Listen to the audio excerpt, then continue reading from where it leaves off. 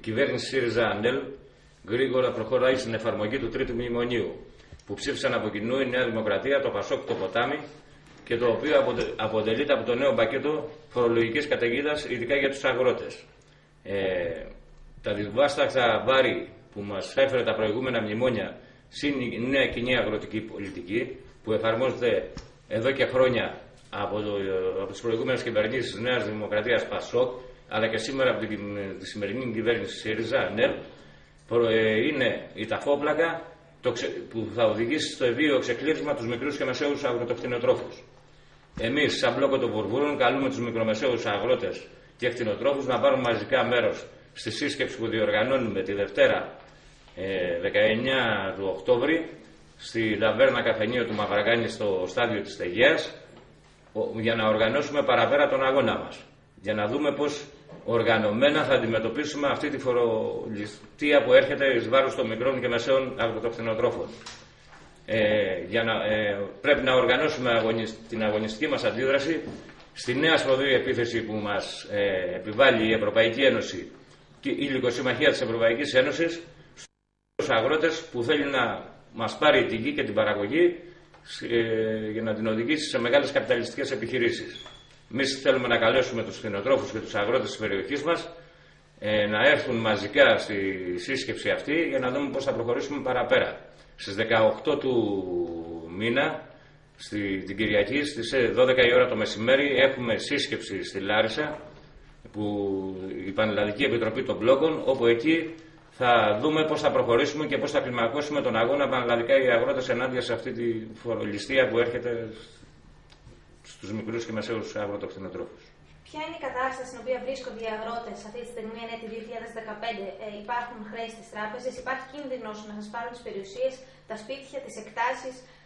Αυτό είπα και προηγουμένως, ότι ο στόχος της κοινής αγροτικής πολιτικής και της Ευρωπαϊκής Ένωσης και τις που εφαρμόζουν αυτές τις αποφάσεις οι κυβερνήσεις, οι προηγούμενες κυβερνήσεις της Νέας Δημοκρατίας ΠΑΣΟΚ, αλλά και σήμερα η κυβέρνηση ΣΥΡΙΖΑ-ΑΝΕΛ, στόχο έχουν τη γη και την παραγωγή μας για να μεγαλώσουν τις μεγάλες καπιταλιστικές αγροτικές επιχειρήσεις που θα μπουν στον κλάδο της αγροτικής παραγωγής. Εμείς γι' αυτό ζητάμε και από τους συνάδελφους, τους αγρότες και κτηνοτρόφους, να οργανώσουμε την πάλη μας ενάντια σε αυτή τη φοροκαταιγίδα, ενάντια σε αυτές τις πολιτικές που εφαρμόζονται τόσα χρόνια, για να αντιμετωπίσουμε αυτό. Εμείς θέλουμε να μείνουμε να παράγουμε, έχουμε φτηνά και καλά προϊόντα για το λαό μας. Φυσικά χρειάζεται μια άλλη οργάνωση της παραγωγής σε αυτό το τομέα, που να έχει στόχο την καλή διατροφή του λαού μας. Αυτή τη στιγμή αυτή η Ευρωπαϊκή Ένωση και οι κυβερνήσεις που εφαρμόζουν αυτές τις πολιτικές της κοινής αγροτικής πολιτικής στον τομέα των αγροτών έχουν στόχο την παραγωγή και τη γη μας να την πάρουν σε μεγάλες καπιταλιστικές επιχειρήσεις. Έχουμε δει και σε προηγούμενα έτη πίσω να γίνονται μπλόκα. Και το μπλόκο το γνωστό των Βουρβούρων. Έχετε κλείσει αρκετές φορές διόδια και μεγάλες εθνικές οδούς. Τι γίνεται με αυτή την κατάσταση? Υπάρχουν κάποια αγροτοδικεία τα οποία υπολείπονται πίσω στον χρόνο? Κοιτάξτε, υπάρχουν αγροτοδικεία και τα βγάζουν και προηγούμενες κυβερνήσεις, τα βγάζει και σήμερα η κυβέρνηση ΣΥΡΙΖΑ-ΑΝΕΛ. Παραμονές που πάμε να οργανώσουμε τον αγώνα μας ενάντια σε αυτή την κατάσταση.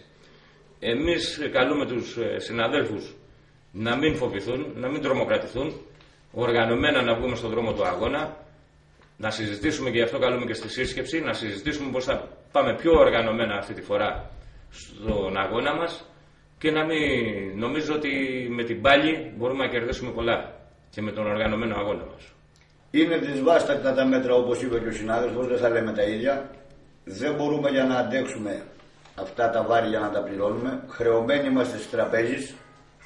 Και γενικότερα, όχι μόνο εγώ και όλοι οι συνάδελφοι από ό,τι συζητάμε, διότι έχουμε έρθει πολύ πίσω, γιατί μας βάλανε και με τα μέτρα που βάλανε για να μην μπορούμε να βγάλουμε χρήματα από την τράπεζα, που βάλανε πλαφόν για να βγάλουμε 50 ευρώ και 300 και 200 δεν ξέρω πόσα. Αυτά δεν φτάνουν τα λεφτά για να βάλουμε εφόδια. Εγώ ήδη δεν έχω βάλει, όχι μόνο εγώ, δεν έχουμε κάνει προμήθεια από την Άνοιξη, από το καλοκαίρι που γινόταν οι προμήθειες σε ζωοτροφές.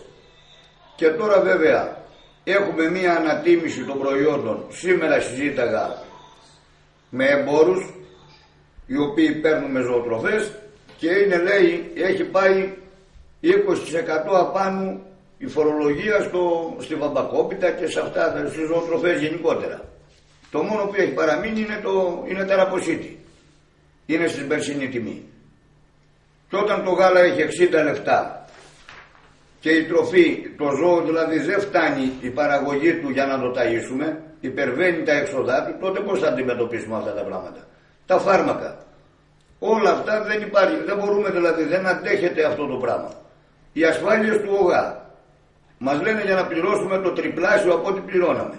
Γιατί δεν αυξάνουν και του πατέρα μας ή τη μάνα μας ή του κάθε μας συμπολίτη, του κάθε γέροντα, να του έχουν 5 ευρώ που θέλουν να μας βάλουν να φτάσουμε στα 3 χιλιάρικα. Έκαστος να πληρώνουμε ΟΓΑ. Ποιος θα βγάλει τα 3 χιλιάρικα το χρόνο για να πληρώσει εισφορά στον ΟΓΑ? Αυτά δεν είναι μέτρα. Τι άλλο να πούμε? Έρχεται χειμώνας, τα ζώα θα μαζευτούν. Τα ζώα θα μαζευτούν. Τροφές, μα δεν υπάρχουν τροφές. Άλλοτε είχαμε κάνει 3 και 4 εμβόλια τέτοια εποχή και τώρα χτες έκανα το πρώτο εμβόλιο γιατί έπρεπε για να γίνει αυτό. Οπωσδήποτε. Όλα έπρεπε να έχουν γίνει. Και θα έχουμε φθορά στα πράγματα. Πρώτα δεν θα ταϊστούν σωστά. Γιατί δεν υπάρχουν χρήματα. Δεν κινείται χρήμα. Έχει μειωθεί ο αριθμός των ζώων που έχετε εσείς? Πολύ έχει μειωθεί ο αριθμός των ζώων. Διότι έχουμε και άλλα προβλήματα που μαστίζουν. Αλλά το κυριότερο είναι ότι δεν μπορούμε για να κινηθούμε με χρήματα. Όταν δεν έχεις το χρήμα στο χέρι δεν μπορείς να κάνεις τίποτα. Με 100 ευρώ δεν σε πιστώνει ο άλλος για να πάρεις καρπό. Ο συνεταιρισμός βοηθάει σε αυτό? Η Ένωση κάνει τη μεγαλύτερη σχροκέρδεια. Διότι παίρνει από τους παραγωγούς την παραγωγή τους, δεν τους λέει πόσο έχει και τελικά την παίρνουμε ακριβότερα τις ζωοτροφές από ό,τι τις παίρνουμε από τους εμπόρους. Το έχω ξαναπεί επανειλημμένα και παραξηγηθήκανε στην Ένωση κιόλας πρόπεση. Εγώ δεν μιλάω για πρόσωπα, εδώ μιλάμε για το σύστημα πώς δουλεύει. Γιατί με τους άνθρωπους που συνεργάζομαι στην Ένωση και που με γνωρίζω και τους γνωρίζω, δεν έχω κανένα πρόβλημα. Αλλά αυτοί θα ακούσουν από μένα τα παραπονά μου και να τα διαβάσουν πιο πάνω. Και τώρα πιστεύω ότι θα ακουστούμε. Ελπίζω. Αλλά και πάλι πρέπει, όπως είπε και ο Δημήτρης, να μαζευτούμε, να εισπυρωθούμε όσο περισσότεροι μπορούμε για να μπορέσει να ακουστεί αυτό που λέμε και αυτό που πρέπει να γίνει. Όχι αυτό που λέμε εμείς. Το σωστό που πρέπει για να γίνει. Κοιτάξτε να δείτε, σε αυτόν τον αγώνα που ξεκινάμε θα συγκρουστούν και 2 γραμμές μέσα στο αγροτικό κίνημα. Έτσι. Η μία γραμμή είναι αυτή που λέει η Πανελλαδική Επιτροπή των Μπλόκων ρίξει με την Ευρωπαϊκή Ένωση, με την κοινή αγροτική πολιτική που μας οδηγεί στο βίο ξεκλήρισμα, και θα υπάρχει και άλλη γραμμή που θα είναι με τα συμφέροντα των μεγαλοαγροτών, θα προσπαθήσουν να οργανώσουν αγώνα. Εμείς καλούμε τους αγρότες και κτηνοτρόφους, τους μικρομεσαίους αγρότες και κτηνοτρόφους, να μην τσιμπήσουν σε αυτή την κατάσταση, γιατί υπάρχουν τέτοια σχέδια. Υπάρχουν αυτοί που λένε ότι ο αγρότης πρέπει να φορολογείται από το πρώτο ευρώ. Εμείς λέμε ξεκάθαρα, η Πανελλαδική Επιτροπή των Μπλόκων και τον Μπλόκο των Βουρβούρων, ότι είμαστε ενάντια στην κοινή αγροτική πολιτική, ενάντια στη φορολιστία που εφαρμόζουν τόσα χρόνια οι κυβερνήσεις, όπως είπα και προηγουμένως, Νέα Δημοκρατία, ΠΑΣΟΚ, σήμερα ΣΥΡΙΖΑ, ΑΝΕΛ, και γι' αυτό θα αγωνιστούμε και γι' αυτό θα παλέψουμε.